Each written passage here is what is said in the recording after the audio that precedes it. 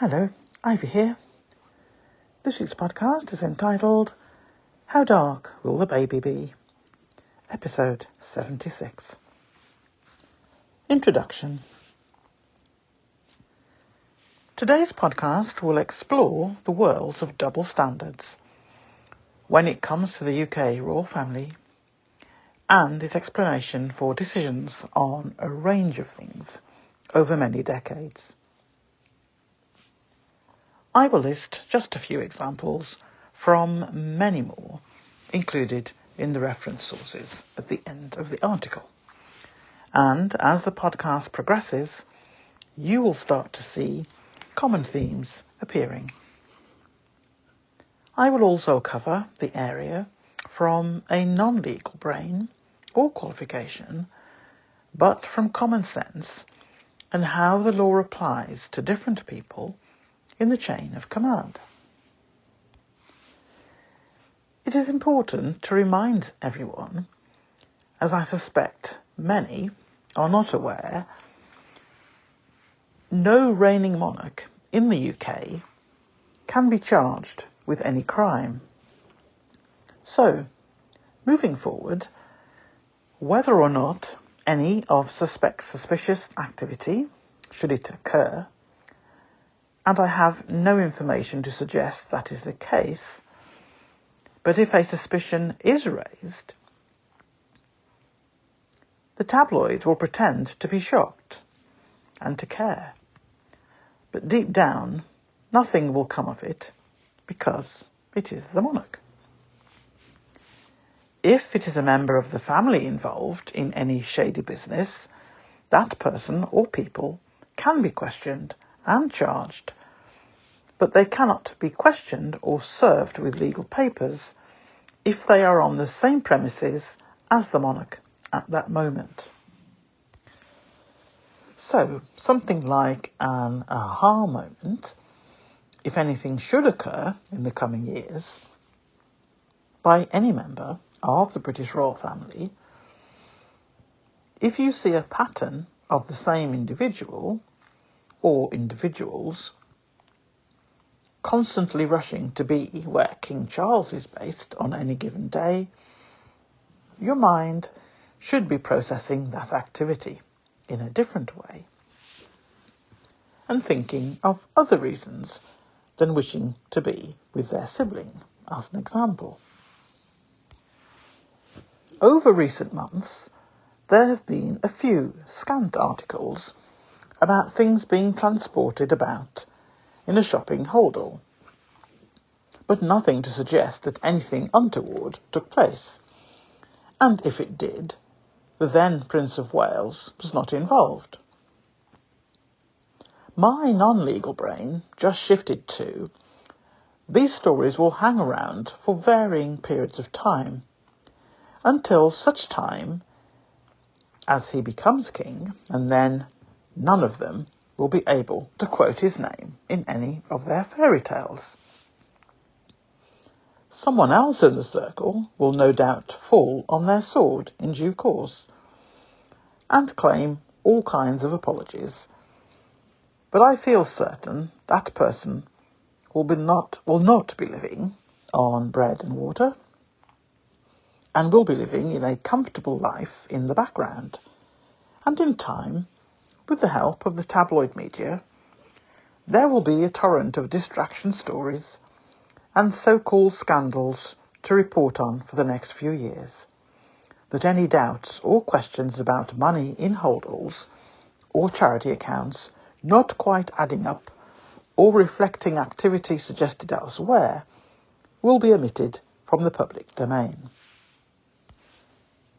My caveat for all of the above: they are my personal thoughts on the process and possible outcomes, and nothing I am stating is new.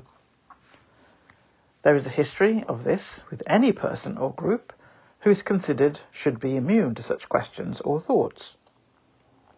In the case of the current king, in my mind, he was acting as the unofficial regent for much, much longer than any report or statement issued to the general public about the capacity of the then Queen.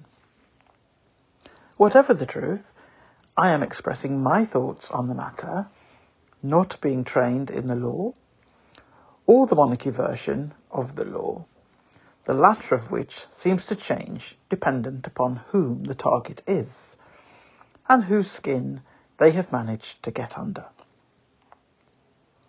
In terms of being in breach of the law, there is a whole chain of people who have carried out acts on the instructions of others, and even though to date many, if not all, have been protected by powerful people, and some have fallen on their sword out of loyalty or promise of being looked after, etc. That chain of command has no doubt grown enormously. One only has to look in the incitement of hate business model and strategy that has been employed since 2016. It is a whole corporation now, with activity in parts of the world, not just in the UK, behind secure gates. Something of that nature could not be dreamt up or managed or delivered by any one close to home. As I believe, the chain of command is long, very long indeed. There are people in UK media, for an example, who have breached certain areas of the law on more than one occasion, and I am certain that they feel protected. I believe that they are very wrong, and they should get lawyered up, to use that phrase. Not everyone is going to fall on their sword. Not everyone is going to just lay low and keep quiet. Others will appear on every TV network who will have them. And like it has already been proven, when any feel so confident that they are protected, they will be, and have in at least one case to date, become loose with their mouth and the sounds that come out of it. I bet that person no longer has the contact number that is still functional now. The speed in which footage was removed from the airways that day was evidence in itself of the command chain. In due course, the questions will rise way above the debris at the bottom.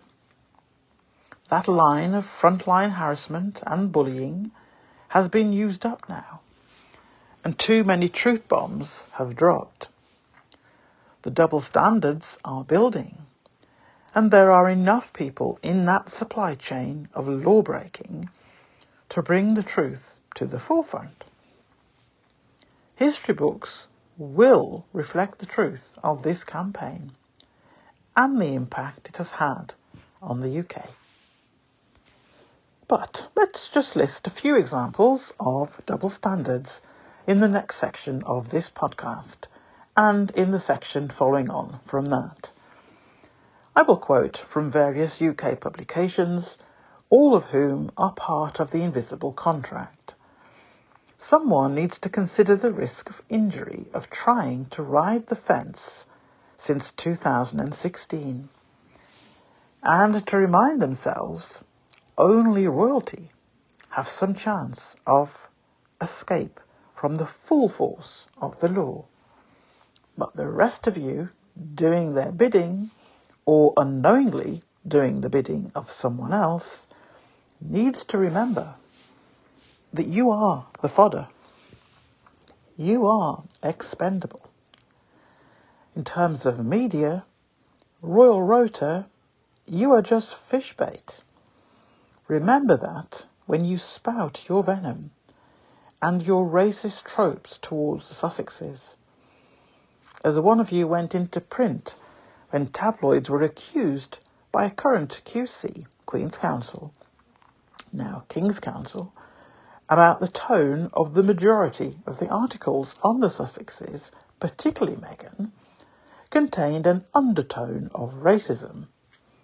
Within minutes of that being placed on a social media platform, one of those hacks happily posted that there was indeed a tone of racism in most of their articles. Happy to put that in writing on a public forum. But that writing undertones of racism in a newspaper every day is not against the law.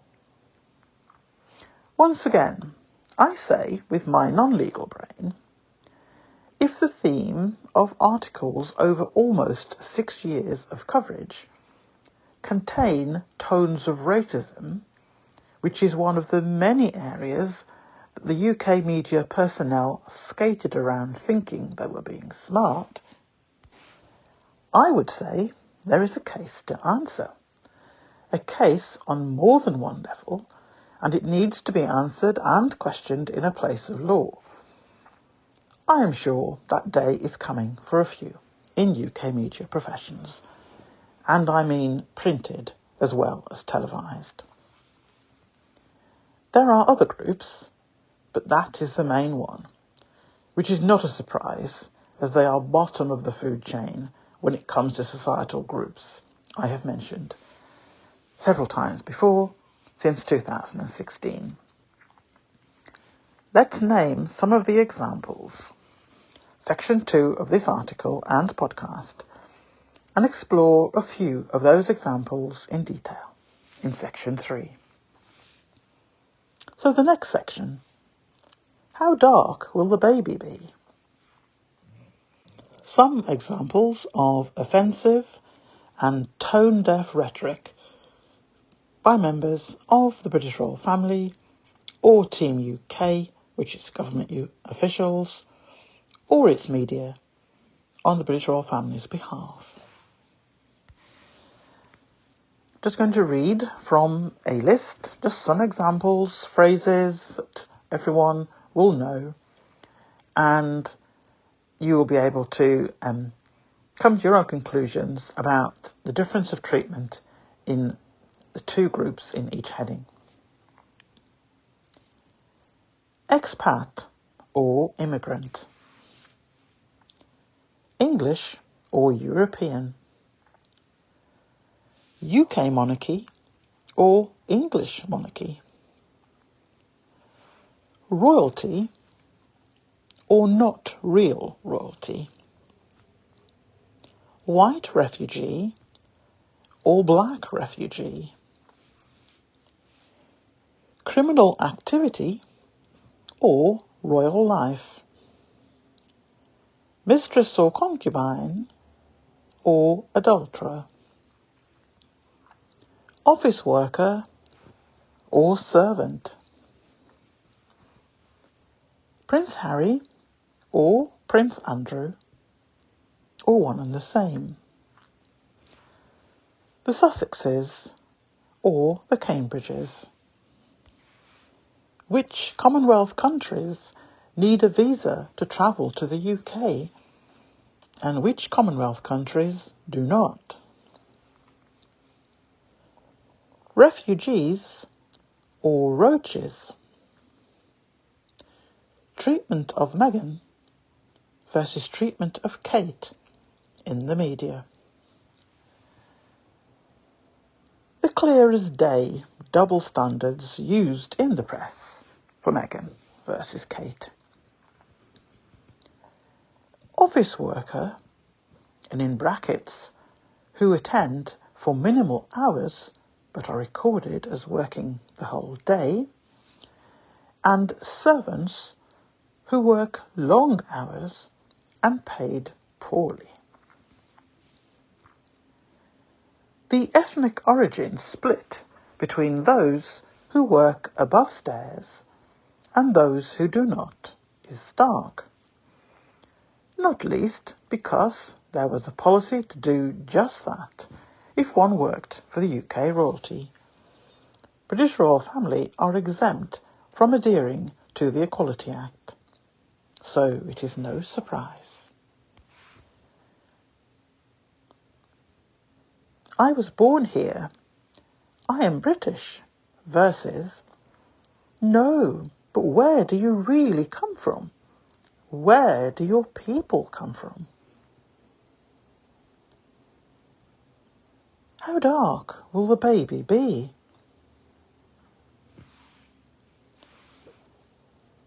A general heading, UK tabloid terminology, when referring to people of colour. Details of some of the above. The remainder are in the reference sources. So, expat or immigrant. UK media pundits in all scenarios use the same phrases and descriptions when discussing the fallout of leaving the European Union and the sympathy for the people from the UK who left for a life abroad in Europe are always, without fail, described as expats, i.e. expatriates. The same media, when discussing coming to live and work in the UK, no matter how many years they have been here, they are always described as immigrants when they are people of colour. The dictionary definition of those two labels is as follows. Expatriate is someone who lives outside of their native country. Immigrant is someone who comes to live permanently in another country. And in the dictionary it says, right off the bat, we see a problem. Both words apply to anyone who lives outside of their native country. There's more information around, in fact there's lots of information around that particular heading in the reference sources. Our next one, a name change helps. The House of Windsor had been established in 1917 in response to World War I, and Mountbatten served as a stand-in surname for Prince Philip. He originally came into the world as Prince Philip of Greece and Denmark, but was forced to renounce his titles when he married Elizabeth and thus took his grandparents' name as his surname. On the 13th of June 1917, the Germans began daylight raids on Britain, and in one of the first attacks, 18 children were killed when a bomb fell directly onto Upper North Street School in the East End of London. German Gotha bombs carried out the strike. By coincidence, the same name as the royal family. News of the proposed name change first appeared in the Manchester Guardian in mid-June 1917. All reference to German names within royal circles were changed, not least because in Britain the anger over the loss of life of the children from the East End of London. Saxe, Coburg and Gotha changed to Windsor. One of the sacrifices Prince Philip had to make before he married Queen Elizabeth II in 1947 was changing his surname. Amid concerns over his foreign roots, he changed his family name from the German Schleswig-Holstein-Sonderburg-Glücksburg to Mountbatten, an anglicised version of his mother's surname Battenberg. Next heading, white refugees or black refugees. Black refugees have been described as roaches by UK right-wing press and some elected officials. And all of the UK right-wing press use emotive language and show graphic images and terminology meant to stir up hate. Only black refugees are being transported to another continent to be processed. That is the plan. It is only a legal challenge which has temporarily stopped that action being taken. White refugees have been supplied with an online visa system which is processed within days for necessary escape from warfare conditions. White refugees can travel to the UK within a few days. White refugees are offered housing within the UK households who themselves have been given funds to help these desperate people fleeing the war.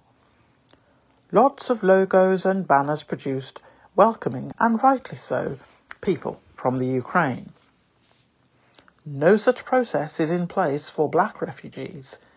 All people fleeing the war and the subsequent fear for loss of their lives deserve this treatment. But there is no denying the UK has once again proved itself adopting double standards when it comes to the treatment of white and black people fleeing war zones. Which Commonwealth countries need a visa to travel to the UK, and which Commonwealth countries do not? It is simple to state that none of the white countries within the Commonwealth need a visa to enter the UK. There are a very small number of black nations in the Commonwealth who are given the same facility, but a very small proportion. I have listed the government website where you will see the long explanation of why and whom is given what or not. But the simplest way to say it, and the easiest way to say it, is none of the white Commonwealth countries need a visa. Next one, about an intimate gesture at a funeral and how that turned into a problem when it came to Harry and Meghan. I'm quoting an extract from a newspaper article about this, and there were several articles from people outside of the UK about what took place on that day, in that funeral. This is one. This is from someone who posted on Twitter, who didn't have many followers. I don't know why that was quoted as such, but anyway, they got 35 followers. They noticed, as they watched the royals at Westminster, that images of Beatrice and her husband Eduardo and Zara and Mike Tindall holding hands as husbands and wives attracted no comment, whereas Meghan and Harry doing the same was deemed offensive, and the percentage of the articles around that was an absolute disgrace, particularly bearing in mind what the focus of that occasion was and should have been. But no, the articles that came out of that, because Harry and Meghan were holding hands, and were described as, offensive. The tweet continued. Everyone criticising the Duke and Duchess of Sussex for holding hands. But why isn't anyone criticising Zara Tindall and Mike Tindall? Also Princess Beatrice and her husband. This shows how the British people are being racist in capital letters. That tweet quickly attracted 21,000 likes, 7,000 retweets, and 1,500 comments. Double standards towards Prince Harry and Prince Andrew regarding security. The internet is calling out the double standard of the British government regarding the taxpayer-funded police protection of Prince Andrew and Prince Harry's rejected attempt at personally paying for one for himself and his wife and their children. According to Harry's legal representatives, the Royal applied for a judicial review of the British government's decisions to not allow him to pay for police protection for himself and his family when they were in his home country. Double standards towards Prince Harry and Prince Andrew again, this time regarding uniform. Prince Andrew will get a chance to wear his military uniform in honour of Queen Elizabeth, while Prince Harry has been prohibited from wearing his, in a move that one author told Newsweek was totally tone deaf. Only working royals have been given permission to wear a military uniform to Elizabeth's funeral on September the 19th. This means Prince Harry and Prince Andrew the only living royals to serve on the front line, will have to wear suits. However, Andrew, the Duke of York, who was accused of rape in a civil lawsuit in New York, will be allowed to wear his military uniform at the final vigil in Westminster Hall. He denied the rape allegation and settled out of court while admitting no liability. No such opportunity in donning his military attire has been found for Harry, whose Invictus Games tournament for wounded servicemen and women regularly brings the armed forces community together. There is more in the article and far more in the reference sources, but I think I've said enough in terms of that bullet point. You know what that's about and the double standards. Double standards are bullying when it came to Meghan or Prince Andrew. The Duke, who was forced to step back from frontline royal duties because of his friendship with paedophile Jeffrey Epstein, was described as a very difficult person. A source told, and it names a tabloid, which I refuse to give them publicity, so I'm not naming them, but you'll see them in the reference sources. People were shouted at regularly by the Duke of York, and there would be crying in the corridors. These staff members are not pushovers either, and they put up with an awful lot, so it had to be very bad to have affected them in this way. The insider continued, perhaps they didn't feel brave enough to go into it at the time, but they may do so now. All the UK tabloids reported that Buckingham Palace had launched an investigation relating to Meghan bullying allegations. We all know how that one turned out.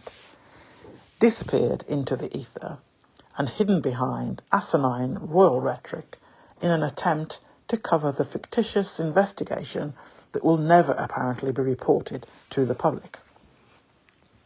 The Duchess of Sussex has been accused of emotional cruelty, as it was claimed she faced a bullying complaint from one of her closest advisors at Kensington Palace.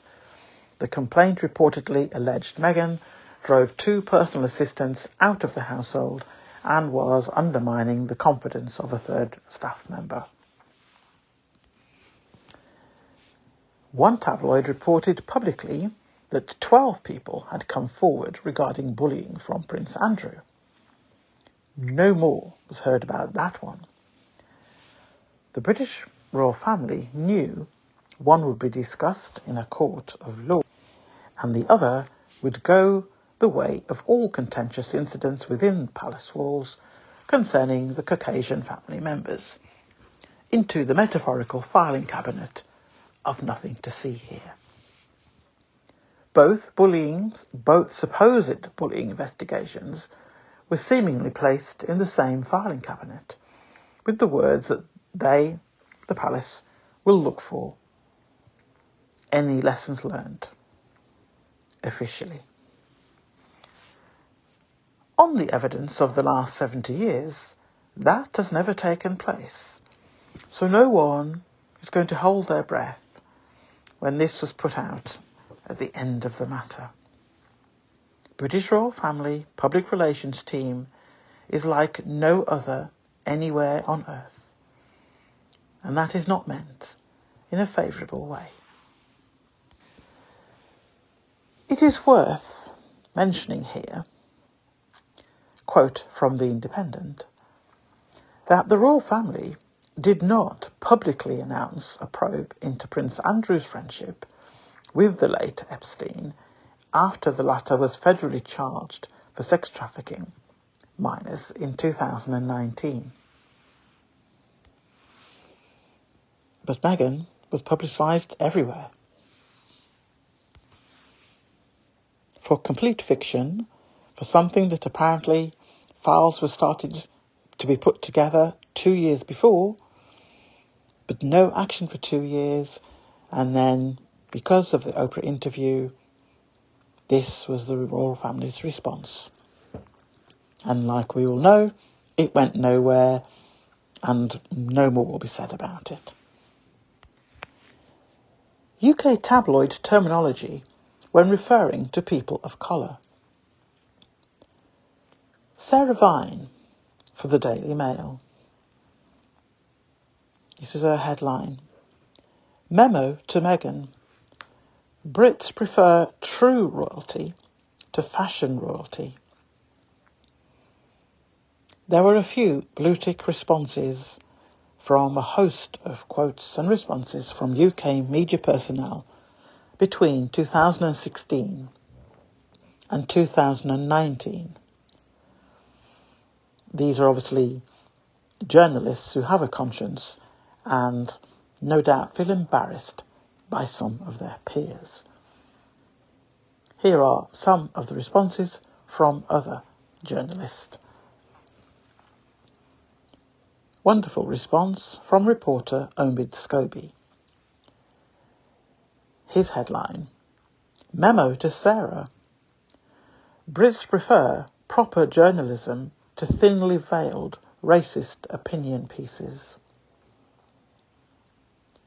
Response from a reporter, Nimco Ali. Meghan uses her platform to celebrate women, and Sarah Vine uses hers to tear them down. Trust me, I know which one is on the right side of history. Yep, it is not you, Vine. Liz Jarvis. I haven't met the Duchess of Sussex, but I did share a flat with Sarah Vine, and I am sure I would like Meghan. David Lammy, MP. What a wicked, nasty, mean-spirited Little Englander missive by Sarah Vine on Meghan Markle. The very worst of our country on show here. Totally unrepresentative of the majority, but shamelessly full of racist tropes nonetheless. Suzanne Moore. Jesus F. Christ. Leave Meghan alone, Sarah Vine. You don't even need the money. I'm sure you used to be a decent hack. This is vile, and yes, racist. Josie Enzo. Let's take, for example, Sarah Vine's coverage of Kate compared to her coverage of Meghan. Drab to fabulous in a new style for the Duchess of Cambridge. End of quote. An unnamed reporter. I am far from being a royalist, but the way media hacks like Sarah Vine and that Dan Wootton are going after Meghan Markle is quite something to witness. These people are the same that would slag Diana off, then cry crocodile tears when she died.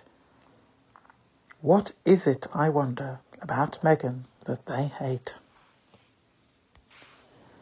I have pages more, but I think the point has been made on this topic in this section.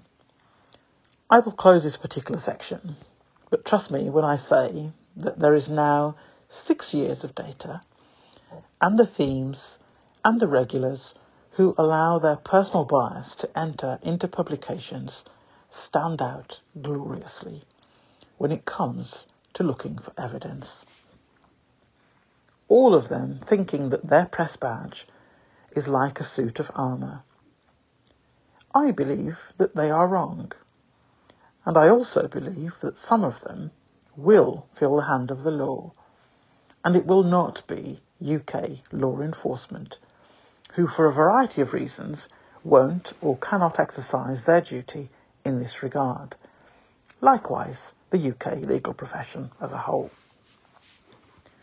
This last one covers more than one area of how to alienate groups of people or nations with this kind of rhetoric in UK publications, but will not fly outside of it to anywhere near the way the UK population is bombarded and indoctrinated with the opinions of a small number of people who want their way of life to continue undisturbed.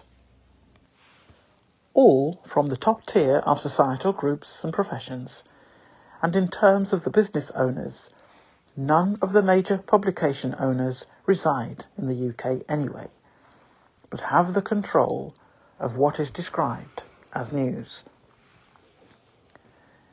Libby Purves wrote an awful piece in the Times giving her thoughts on the baby shower organised and paid for by friends of the Duchess of Sussex. The event was held in New York. Friends who are wealthy and generous. Only a problem when the event is for a black woman. The UK establishment are not happy that she is part of this group, and way more intelligent and accomplished in her own right, and also extremely wealthy before she met Harry. Remember, no public funds were spent on Meghan's party, unless you count the security detail for a member of the royal family, which was normal. Libby Purves, I think is how it's pronounced, her piece used such phrases as daft flaunting wealth was to be expected among stars. The clash comes when a free-spending American TV celebrity, the independent Miss Markle, becomes the British Queen's granddaughter-in-law. Jane Marchant, a reporter from The Guardian, made these observations about Libby's article, and wrote an article herself, Jane did, in March 2019, regarding the inequity of the coverage in the UK press and, in bold, the clear bias in the negative tone of the language, end of bold, used in articles, and various TV presenters and personalities being far too eager to take the seats on the high-profile bandwagon, no doubt to keep or raise their own questionable celebrity. Status.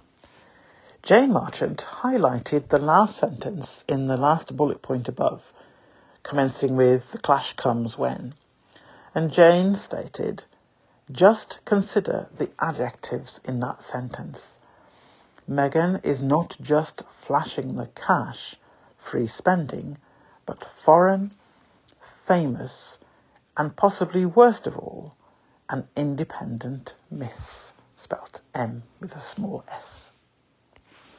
There was a piece by Marina Hyde in The Guardian on the 28th of February 2019, who pointed out the negative treatment of Meghan in UK media in comparison to anyone else in the royal family.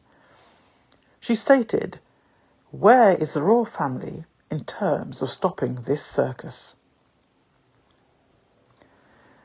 The number of people who used to work for Princess Diana, who also joined the gravy train of negativity in print, including Patrick Jeffson, a retired equerry, who wrote a book entitled The Meghan Factor, who took to the Daily Mail to warn Meghan about accepting freebies, aka the baby shower, and where it might lead. According to Patrick, there is always a hidden price to pay for what he described as Meghan as the freeloading royal. The absolute caucasity. I shake my head. It has all underlined the growing sense in much of the British media that Meghan is somehow, according to Mr. Jeffson, just not one of us. Racism drove us from the royal family. There was one clear thread throughout Meghan and Harry's dynamic interview with Oprah Winfrey. They believe that they were driven from the royal family because of racism. This is from another news article listed in the sources. It was explicit in perhaps the most shocking allegation that a member of the royal family came to Harry while Meghan was pregnant with their son Archie, with concerns and conversations about how dark his skin might be when he was born. Meghan said that she was shocked to learn that Archie, the first mixed-race great-grandchild of Queen Elizabeth, would not be given the title of prince and would also be denied security protection, something that concerned Meghan given the racist harassment she and her family have received since becoming a royal.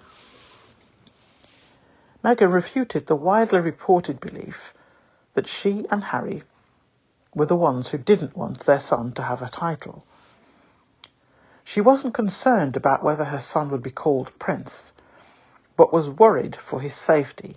She said, "They didn't want him to be a prince or a princess. He wasn't going to receive security," she said. "We're not saying don't make him a prince, but if you are saying the title is what's going to affect the protection, our son needs to be safe."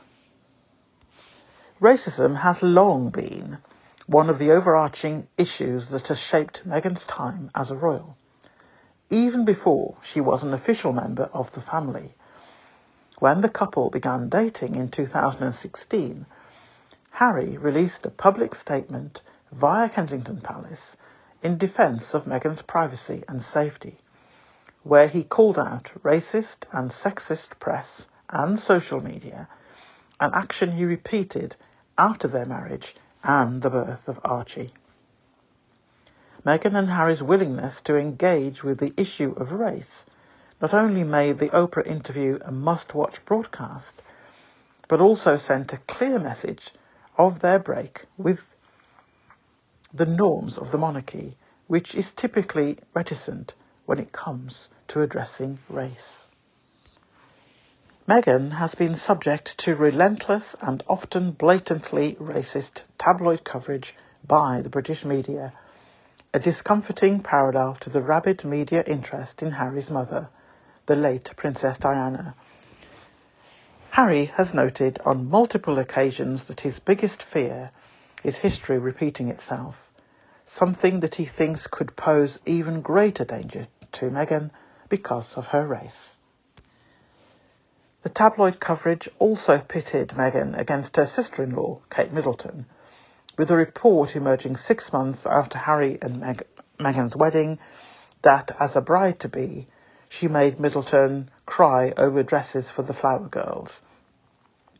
But Meghan said the reverse was true, though she insisted that she and Duchess of Cambridge made amends.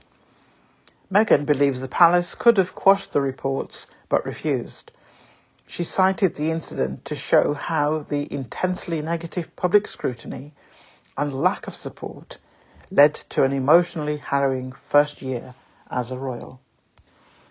Meghan revealed that she began having suicidal thoughts while she was pregnant with Archie in early 2019. "I just didn't want to be alive anymore," she said. And that was a very clear and real and frightening constant thought. When she approached royal staff for help with their mental health, she was refused. Harry talked about his frustration from the lack of support from his family in the face of racial attacks on Meghan. For us, this union, and the specifics around her race, there was an opportunity, many opportunities, for my family to show some public support, he said.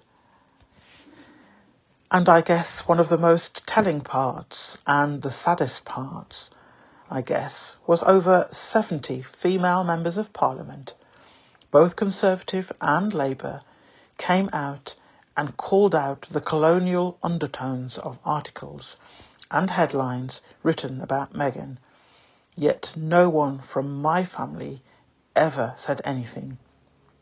That hurts. After the Oprah with Harry and Meghan aired on that Sunday night in the US, many prominent Black American women sent messages of support to Meghan on social media, including her good friend Serena Williams, who attended her 2018 wedding, activist Bernice King, and inaugural poet Amanda Gorman. Serena Williams said, "I know firsthand the sexism and the racism institutions and the media use to vilify women and people of colour, to minimise us, to break us down, and demonise us." Serena wrote on social media, later noting that she wanted Meghan's daughter, her own daughter and other daughters, to live in a society driven by respect.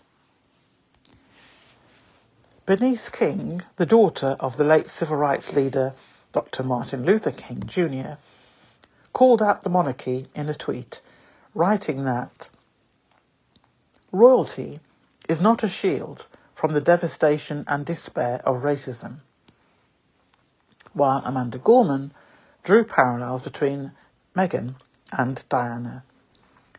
Meghan is living the life Diana should have. If only those around her had been as brave as she was. Meghan isn't living a life without pain, but a life without a prison. It is a sentiment that only increased following Meghan's claim that the royal family tried to silence her, but was willing to lie to protect other members. She said, "They were willing to lie to protect other members of the family, but they weren't willing to tell the truth to protect me and my husband." Buckingham Palace subsequently released a statement on March the 9th, 2 days after the Oprah interview. "The whole family is saddened to learn the full extent of how challenging the last few years have been for Harry and Meghan," the release said. "The issues raised, particularly that of race, are concerning.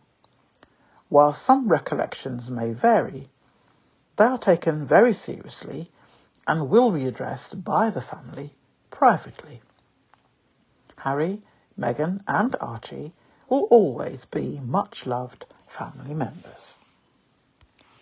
The statement was released less than 24 hours after the broadcast aired on March the 8th in the UK, following its premiere in the US on March the 7th.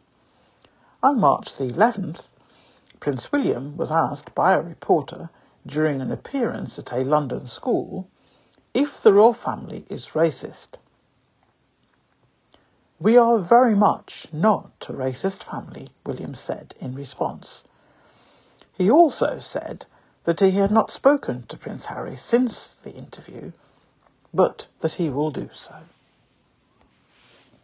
Here is the full quote from what Serena Williams said. "Meghan Markle, my selfless friend, lives her life and leads by example, with empathy and compassion. She teaches me every day what it means to be truly noble. Her words illustrate the pain and cruelty she's experienced. I know firsthand the sexism and racism institutions and the media use to vilify women and people of colour, to minimise us, to break us down and demonise us. We must recognise our obligation to decry malicious, unfounded gossip and tabloid journalism. The mental health consequences of systemic oppression and victimisation are devastating, isolating, and all too often lethal. I want Meghan's daughter, my daughter, and your daughter to live in a society that is driven by respect. Keep in your memory The fruitage of the Spirit is love, joy, peace, long-suffering kindness, goodness, faith, mildness, self-control. Against such things there is no law. My closing thoughts on this podcast are these. No matter how many words are spouted by members of the British royal family, or how many rigor mortis smiles are on display for the camera shots, or how many black children are included in the photo ops, or how many black premises the British royal family visit, the fact still remains that the British royal family has many centuries of history that clearly state their point of view on race. The whole modus operandi of the monarchy is to ensure that it stays in place. Actual benefits to the UK is secondary, and any benefits to non-white people is not even third. It is more about the optics and saying the right things, though increasingly even that is still outrageously poor.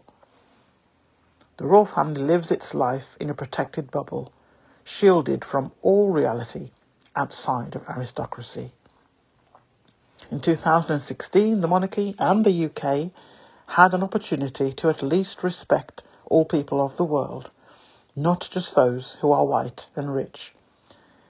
Artificial intelligence could certainly do many aspects of the so-called work that so-called journalists in UK tabloids do.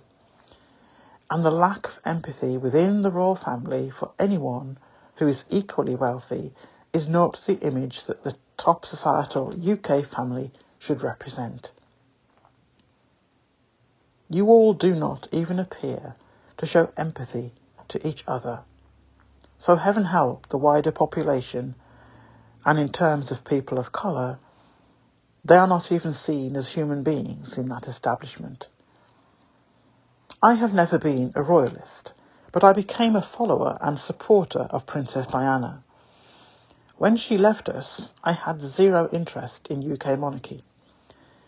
I had no interest in what any of them did from day to day. I just knew that my tax contributions could go better and be used better elsewhere. I did, however, maintain my interest in Harry and William, but it became clear very quickly that the royal virtual microchip had been firmly implanted in William from birth, and the seeds were now growing and showing their need to bloom. From that era commenced, my interest was on Harry only, and then the absolutely fantastic Meghan, who entered his life. From then on, my interest was reawakened in royal life, and to see whether or not this breath of fresh air into this dusty, archaic institution would start to bear fruits of progress. Within the first 6 months of hearing about Meghan and Harry's relationship, I became an avid and active supporter, and for the first time, an avid Republican.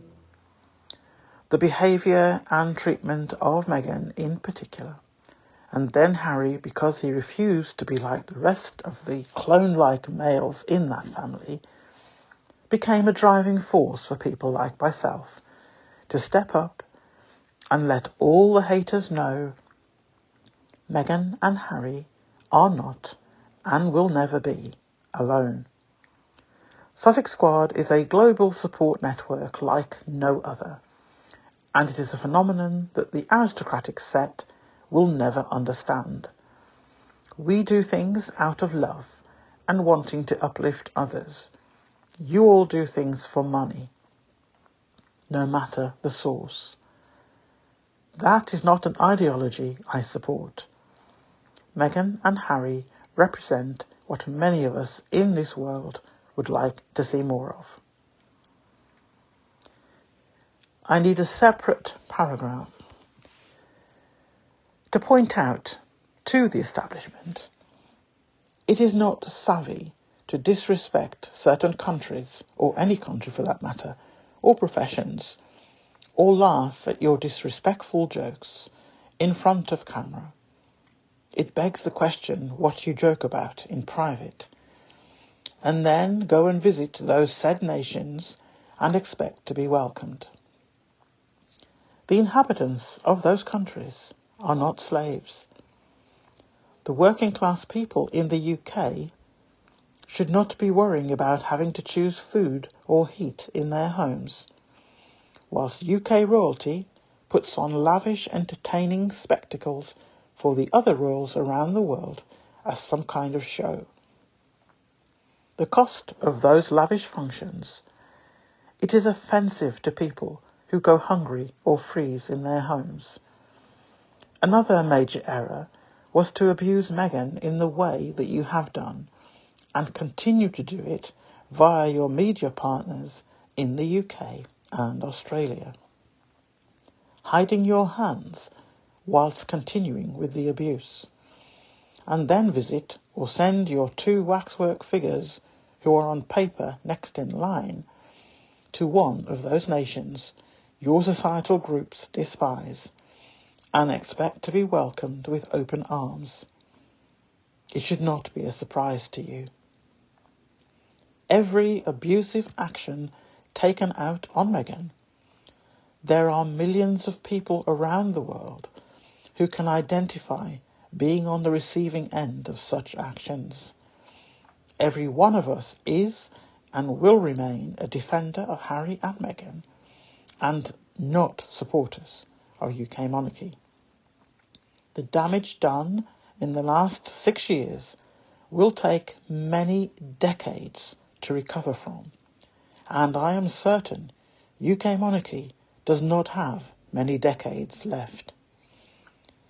To send a member of the royal family to the USA, which is the birthplace of the very person that has been abused, beyond measure for 6 years, and expect success is a fool's errand. The USA is not a Commonwealth nation and has made it very clear monarchy is not something that USA people are interested in, and definitely not the bowing and scraping aspect to anyone visiting from such an establishment. As a UK born and raised person, all I see from the British royal family in the last 6 years is abusive behaviour, and for the last 3, public funds have been and are continuing to fund vanity projects, whilst ensuring that the next in line stays in Harry and Meghan's dust clouds, in an effort to appear relevant, alongside being vindictive and equally abusive. Not a good look for future relationships with any nation. P.S. None of those vanity projects in 2 decades have yet to be completed. Just saying. Harry and Meghan have numerous projects completed and ongoing with measurable successes and outcomes. What they have achieved since moving away from the UK is phenomenal, and the global accolades coming in are a testament to that.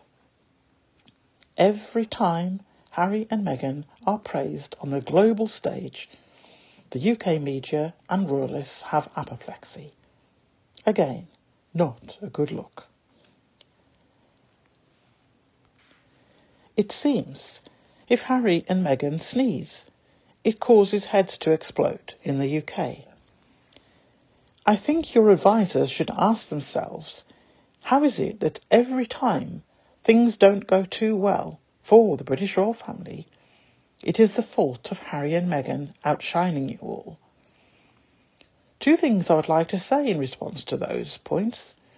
If Harry and Meghan going about their lives causes the British royal family to feel outshone, the UK has a problem. If an appearance or an event causes the British royal family to feel forgotten about, ask yourselves why. Your starting point should be to ask UK media, tabloid editors, why 95% of their articles are about the 2 non-working royal family who live abroad. The media makes more money from writing about the two people who are not working royals. UK monarchy has many problems regarding its workforce. But Harry and Meghan are not the cause of any.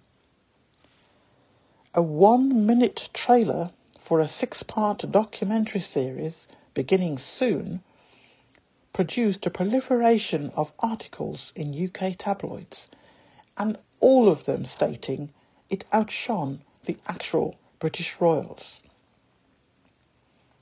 From my non-public relations knowledge, I would say that if a 1-minute trailer derails the UK monarchy, then that monarchy is in serious trouble, serious in capital letters, and continuing abusive actions across borders aimed at Meghan in particular is not the way to improve your standing. International law exists for a reason. The UK monarch is above the law. That in itself is an issue for me, but that is a whole other subject.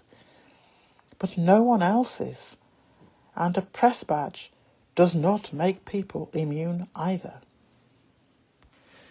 Meghan and Harry, we feel your pain, and we share your joys. Sussex Squad will always have your back. We cover 24/7 across all time zones.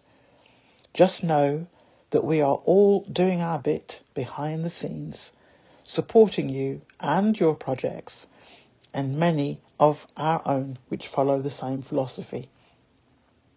We are like virtual parents and aunties and uncles who will always have your back. We are immensely proud of you. The squad definitely has your back. The UK seems to be on this alienate people and nations since the Brexit vote, but expect to secure meaningful trade deals. The population of the UK, particularly the working class, is suffering because the top societal groups manage to persuade a sizable proportion to hate certain groups of people. The business model of hate incitement continues to grow. It does not bode well for the UK or England when Scotland and potentially Wales and Northern Ireland claim their independence. Time has come for that top-tier societal group to focus on things that help the country and cease putting the majority of the UK resources in chasing and trying to punish two people who decided to have an independent, self-funding life. Creating spares like items in a row of test tubes does not create duty. It creates bondage. I respectfully state that Harry and Meghan are not the problem. But there are many self-created problems within the UK that could do with a little more attention right now. The attitudes towards Meghan joining the British royal family has reinforced what many people of colour experience most day. We have come to realise that no matter what is stated on paper as being a necessary requirement for something, when it comes to people of colour, we are always expected to have more. Even when the atmospherics in such an environment is often not very welcoming, and we are made to feel that we are not welcomed. White people in those spaces are never questioned about their qualifications to be in such a space. It is assumed they must be all right. They are there. Black people are never afforded such grace. It is tiring, to say the least. The higher up the social ladder one goes, the more insidious the pushback, but it is there. I cannot imagine the suffering that Meghan endured. But, as a person of colour, we have a fair idea. Equally, We understand how hurt Harry must feel when his hopes for acceptance from his family has resulted in the current state. And worst of all for the British royal family, but the best for Harry and Meghan and their supporters, it was all done on a global stage. Witnesses and supporters have grown over the 6 years and will continue to grow. The reputation of the UK monarchy has taken a very big hit, and it was all self-inflicted. The British royal family chose to wave a metaphorical artist palette of colours, pretending to be so inclusive, and all prepared to paint a new painting to represent this new era of welcoming the first person of colour into the UK monarchy for many centuries, and the first person of colour as a UK princess. Unfortunately, the palette was performative, and the only colour acceptable is still white. No need to paint a new portrait. There are plenty out there depicting the enslaved. UK monarchy has made sure it is still operating loud and clear in the UK by not only having offensive paintings in their homes, but the stolen jewels you all parade around in, but you reenacted master and slave in the way you have continued to hunt down Harry and Meghan. Like slaves gone bad. Not a wise move. I repeat, there is international law for a reason. That is the end of this week's podcast. As per usual, the article will be out on Monday afternoon, late afternoon, early evening.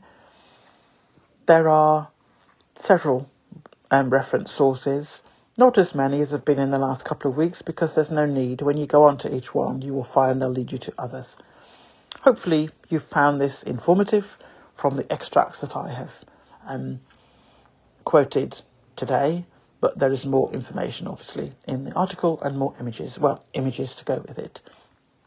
So, as usual, speak to you soon in the comments on Sunday night and during the week.